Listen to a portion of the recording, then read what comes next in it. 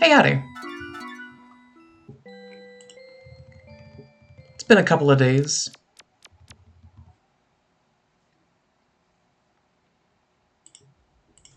I've been chilling. I've been doing some things. I've been trying some new things. And now I'm back, and I think today the plan is pretty simple. I kind of just want to do dailies, free expeditions. For the hell of it.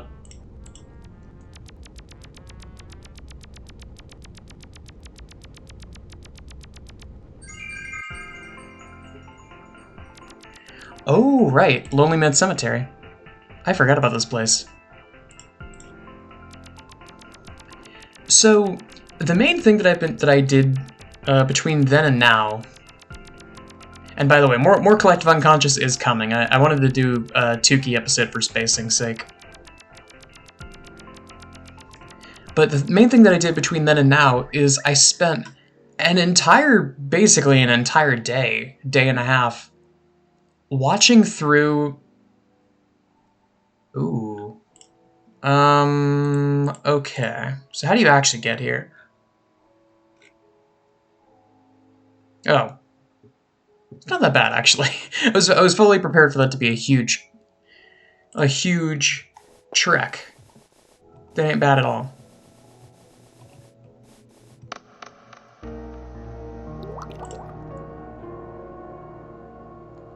Oh, cute.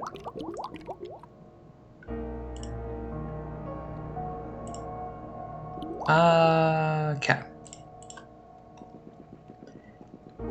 So the main thing that I did is I spent an entire day watching through the director's commentaries for Gravity Falls. Now, I have a very interesting history with Gravity Falls because I did not watch it at all when it was like in its prime. Never touched it. I had like the vaguest awareness that it was happening, but I wasn't a Disney Channel kid, so I never watched Gravity Falls, never watched Phineas and Ferb, never watched any of those.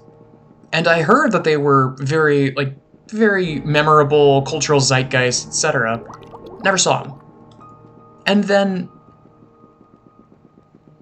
I have a group of friends from high school. And we sort of hung out in high school, bleeding into college a little bit, but we've all kind of gone our separate ways to a certain extent. But there were two shows that I was constantly getting recommended from that group. It was Gravity Falls and Avatar: The Last Airbender. And through them, I ended up watching both of those shows, and I heartily enjoyed both. Even though both of them are... I mean, look, Gravity Falls less so. Gravity Falls is barely a kid's show. But Avatar is definitely a kid's show. I think while I'm here, it's probably best to unlock that connection to Watching Waters. It's not that much of a hike.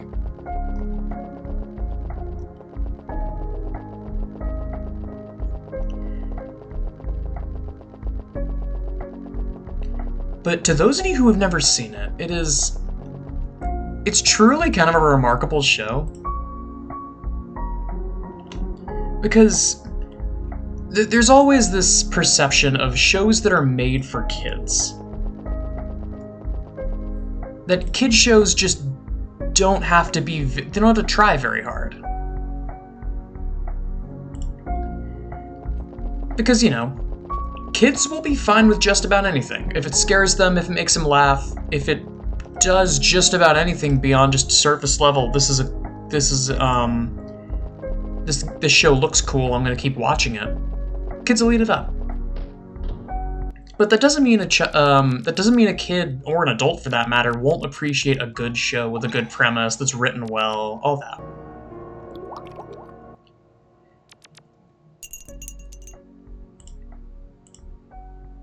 Oh, right, Oh, wait, okay, I went the wrong way. I was trying to go from Lonely Myth Cemetery to Watching Waters. I should be going the other direction. I somehow went in a massive circle. this way. But to those of you who have never seen Gravity Falls, to give a brief overview without spoiling anything, it's about a pair of twins who go to Gravity Falls, Oregon for the summer. They go to visit their Uncle Stan, or Great Uncle Stan, who they call their Grunkle Stan, which is great. And there's sort of a Twin Peaks kind of thing going on where there's just a lot of very strange, bizarre, otherworldly stuff happening in Gravity Falls, Oregon, but it's so far out of the way that no one notices.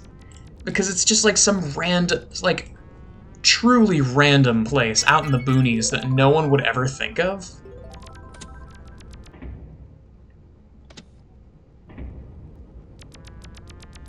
So, okay, like, yeah, there is zombies there. There's a Loch Ness Monster-esque creature.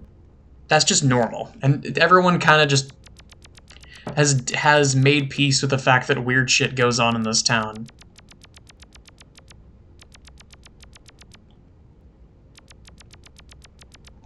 Also, I have never been to Check Disc Nexus before, huh? Oh. What the fuck? What is going on?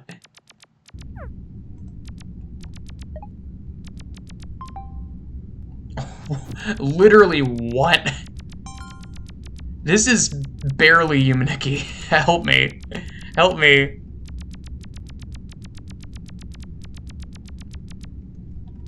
Okay, let me... Oh, that's cute. That's actually really cute. It even changes that. Okay, I'm just gonna eyeball bomb out. And then give this another try. This place is so strange. But, what was I saying? I never got into it as a kid, and then I got introduced to it, and listening to the commentaries and hearing them say, like, well, you know, we were designing a show that was to be aired as a kid's cartoon. Kids were never a factor in writing this show, and that makes perfect sense. Everything that I've seen about the show, besides, you know, the show itself, they were writing it to have fun, and it definitely shows. They were writing it to have fun and to tell a great story.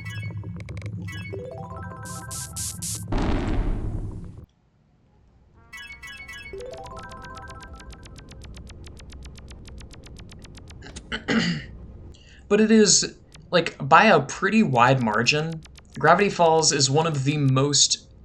It's the most satisfied I've ever been with the ending of a show, even more so than Venture Brothers. Because Venture Brothers, the thing is, like, it had that aspect of always trying to one-up itself. Okay, I already went here.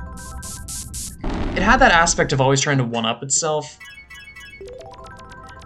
And then the seasons wore on, and it got to a point where the ending was just really, like, there wasn't anything super bombastic all the way at the end, besides the movie, which I have not yet seen. But leading into the final season, it was just like there were a few moments of, oh god, things are happening. And then apart from that, it was very comfortable at the end. It was like a bunch of people going in and working at an office who just so happened to be superheroes and supervillains, but they were all colleagues. They used to have beef. That beef has been resolved. There's no drama anymore. They kind of just chill. They work as a team. They solve problems. Even Brock Sampson, who's this, like, I think one of the characters literally calls him a Swiss murder machine. By the end of it, he's just chill. He's just chill with all the characters. He's basically just there to make sure that Doc Venture doesn't get killed by someone who they haven't interacted with yet.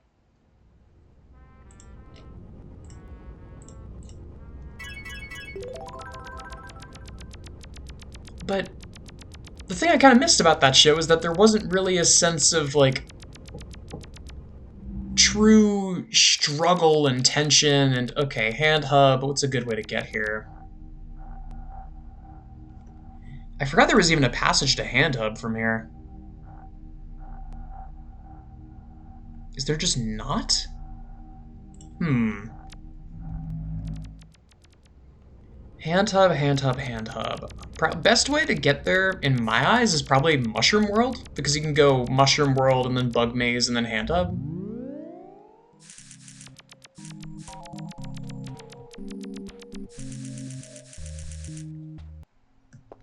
I'm fine with taking the paths that I remember so I don't have to learn new ones. But Gravity Falls is excellent, and it was also really fun to just... Alex Hirsch and Matt Chapman are both genuinely really funny. Even when they're not... Even when they don't have a script in front of them. Alex Hirsch has just got a gab, so it was really fun to just listen to him talk. And Matt Chapman as well.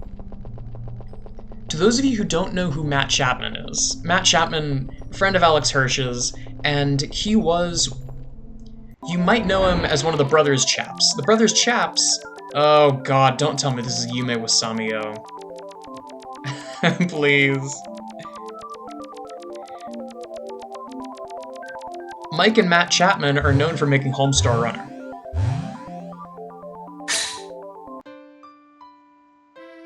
Snow White Field...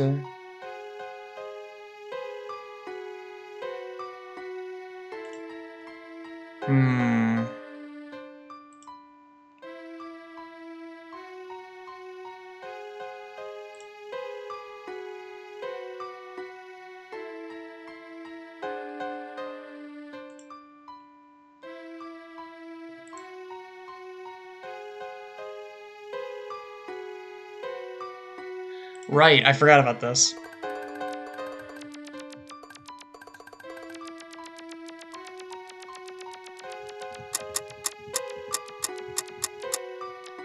So it's not the gnome house, it's actually the other one, so this should work. And then there's some sort of cipher with this that it's... I think it has to be specifically the circle one, because that's... The little goober is in a circle. And if it were in a triangle or a square, I have to go to one of the other ones.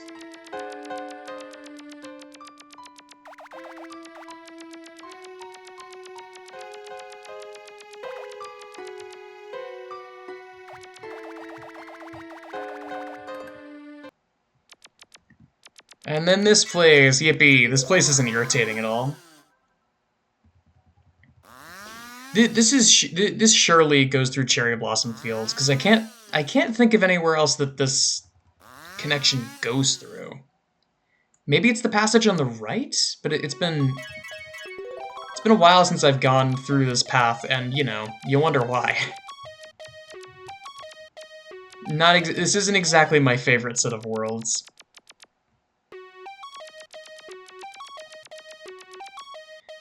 But I adore Gravity Falls. Oop.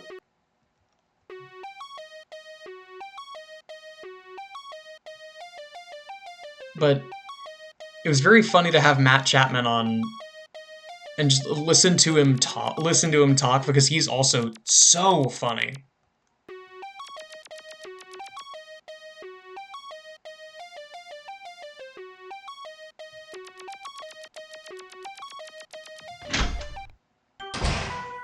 Yeah, it is Cherry Blossom Fields, damn it.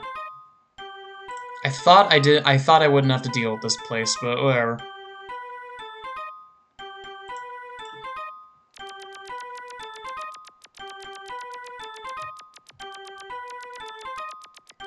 The other show that was sort of like that was Avatar, which... Avatar was a little more iffy for me, because it was definitely... Like, Gravity Falls was aimed at kids/adults. Avatar The Last Airbender was definitely aimed towards kids.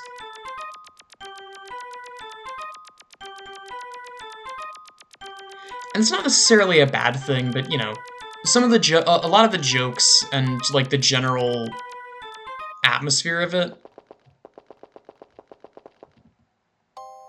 you could definitely tell who they were making the show for. Also, screw this world. I hate it. This place is miserable.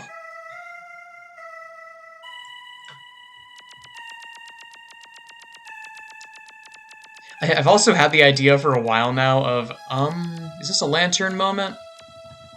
Uh, oh, right, I can't open the effect menu in here. So, are you telling me that I have to wait for this entire bit to be over, and then leave, and then come back? There's no way, right? Surely I can go to private rooms first.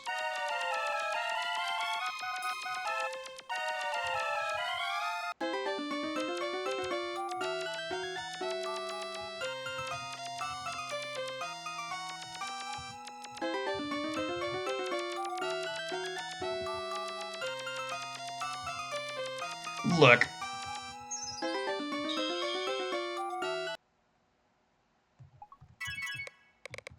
Normally I'm not that critical of music in general, because everyone has different tastes when it comes to music, and it's really hard to make... Oh, yeah, I was 100% right. I gotta do a lot again, yippee! Normally I'm not one to critique music because everyone has different music tastes, and it's really bad. It's really, really hard to write bad music because music is for everyone. And sometimes you hear something like, if you've ever heard Trout Mask Replica, that is just so horrible. I'm going with it. Something that's so horrible to the ears. Something that's just so awful to listen to, but surely it's for somebody if they wrote it, right? Maybe it's just meant to be super ridiculous and experimental because that's why they wrote it. They want to appeal to people who have listened to so much other music and want something wholly unique. And for that person, Trout Mask Replica is pretty good.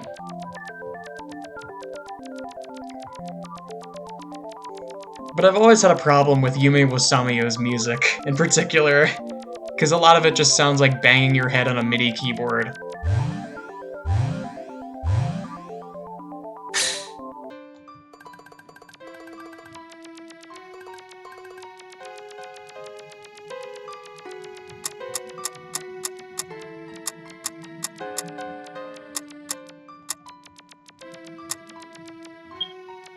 I'm not necessarily looking forward to the next few days because apparently there is a hurricane that's going to hit, well, you know, ambiguous place in the southeast United States.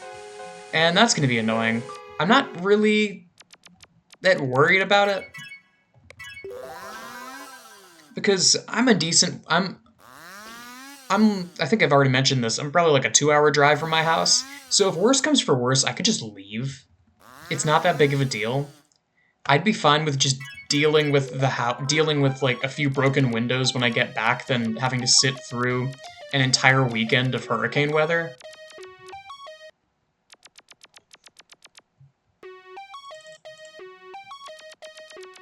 But it's just annoying more than anything.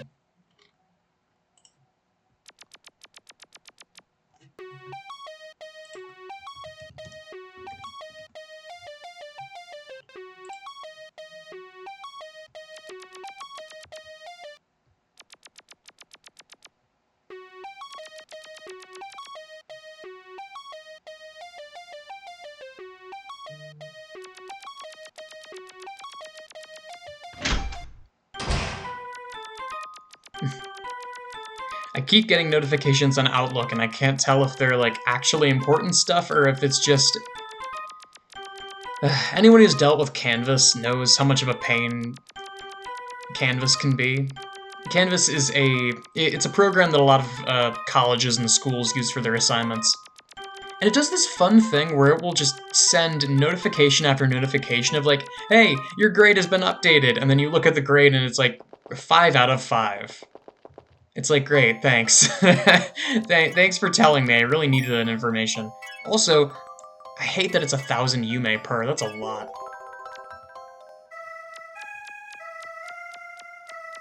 Also, screw this. I'm not a fan of any of this. Okay. Finally. Not a fan of, not a fan of a gotcha moment in a world that requires 1,000 Yume to walk into in the first place, but surely I'm missing something there.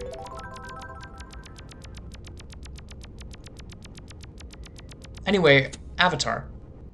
I quite liked Avatar.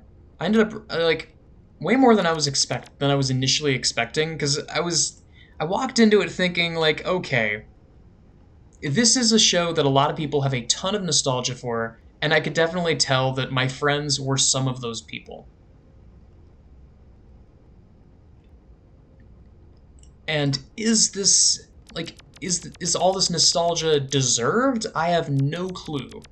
I know that I know that people have nostalgia for the show, but it could be the kind of thing like you have nostalgia for bad licensed games that you played on the Nintendo DS, and you go back and emulate them later, and you're like, damn, I had bad taste. But Avatar was amazing.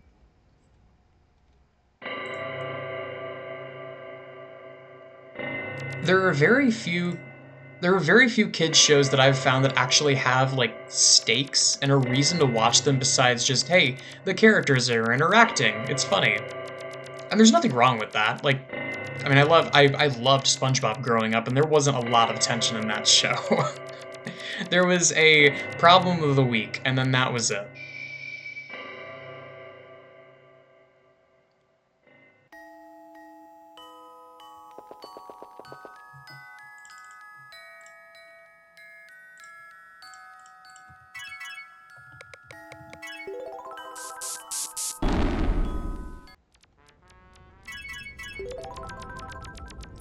Something else, something unrelated that was also very funny is earlier today I sort of mapped out today. Wednesdays are my days where I get things done, because the way that my schedule works right now, and this will certainly change in the future, because God knows I don't want to have to do this for multiple semesters in a row. I have 8 a.m. classes Monday through Friday, which sucks. Like, as as much as I'm getting used to it, it still sucks having to get up at at a minimum of 7:30 every morning.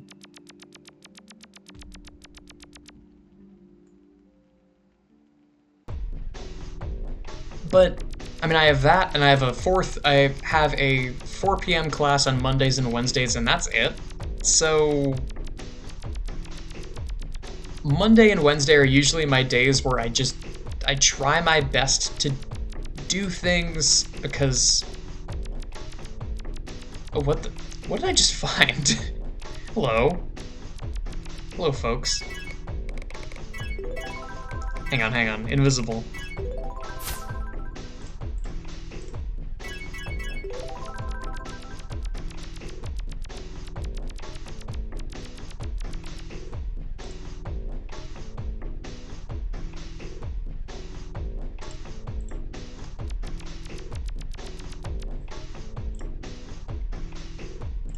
Right, neighborhood is over here.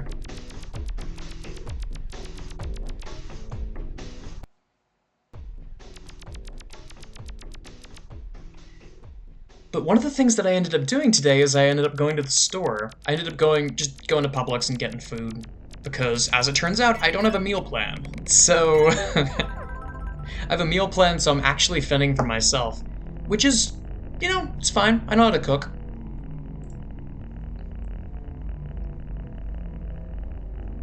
But, I mean, there's already some little funny things just off of that.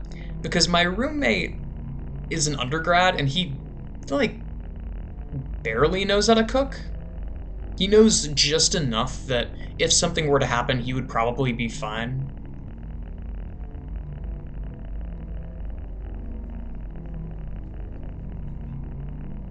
So I'm usually the only one that uses this food. And plus, he's already got a meal plan, so he's covered.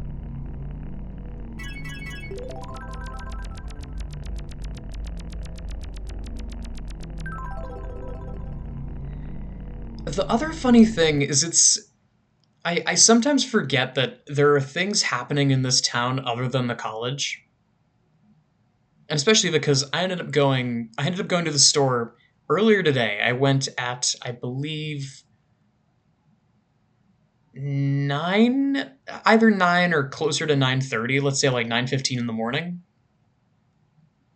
And college students don't normally go to the supermarket at 9 o'clock in the morning because they have actual things that they need to do.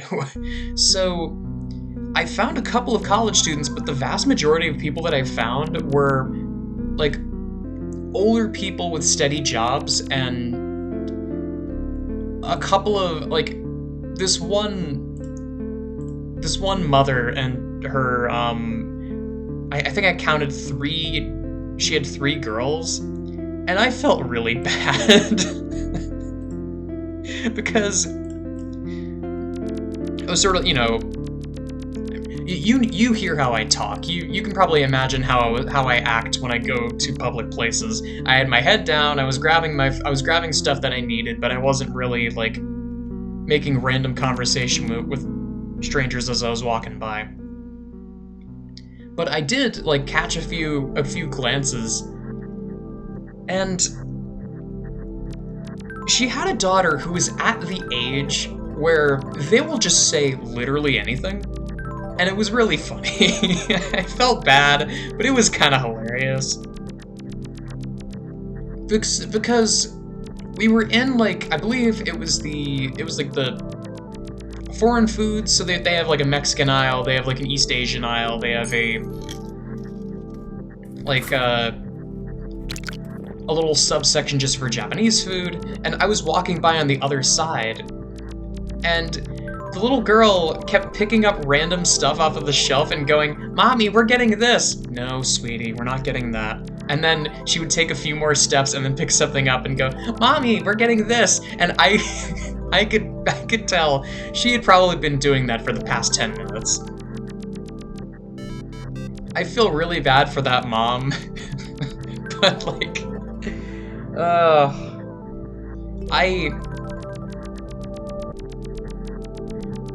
I love that aspect of young kids that they will just say whatever trash comes to mind will come out of their mouth, and it is the funniest thing.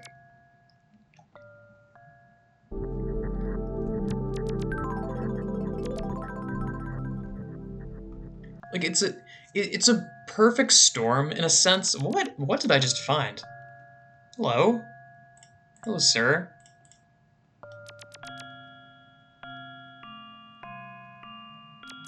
It's a combination of a couple of really funny things that kids will say whatever comes to mind, and kids aren't allowed to swear, so they will make up the most weird and abstract things when they're mad. Or just in general, but specifically when they're mad. And it is so entertaining. I remember I worked a summer job 2 summers ago. And to be frank, I kind of hated it. The job was, at its core, the job wasn't that bad. But there was just so much happening, and it was such a hot summer, too. So to have an outside job in 95-degree weather with a bunch of 4th graders and having to entertain them from 9 to 5, 7 to 3, but it's same difference. It was rough. It was a rough gig.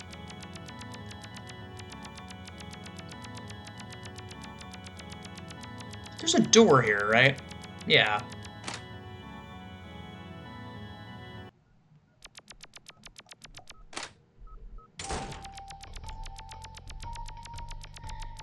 But the one thing that kept me sane, besides the fact that there were a few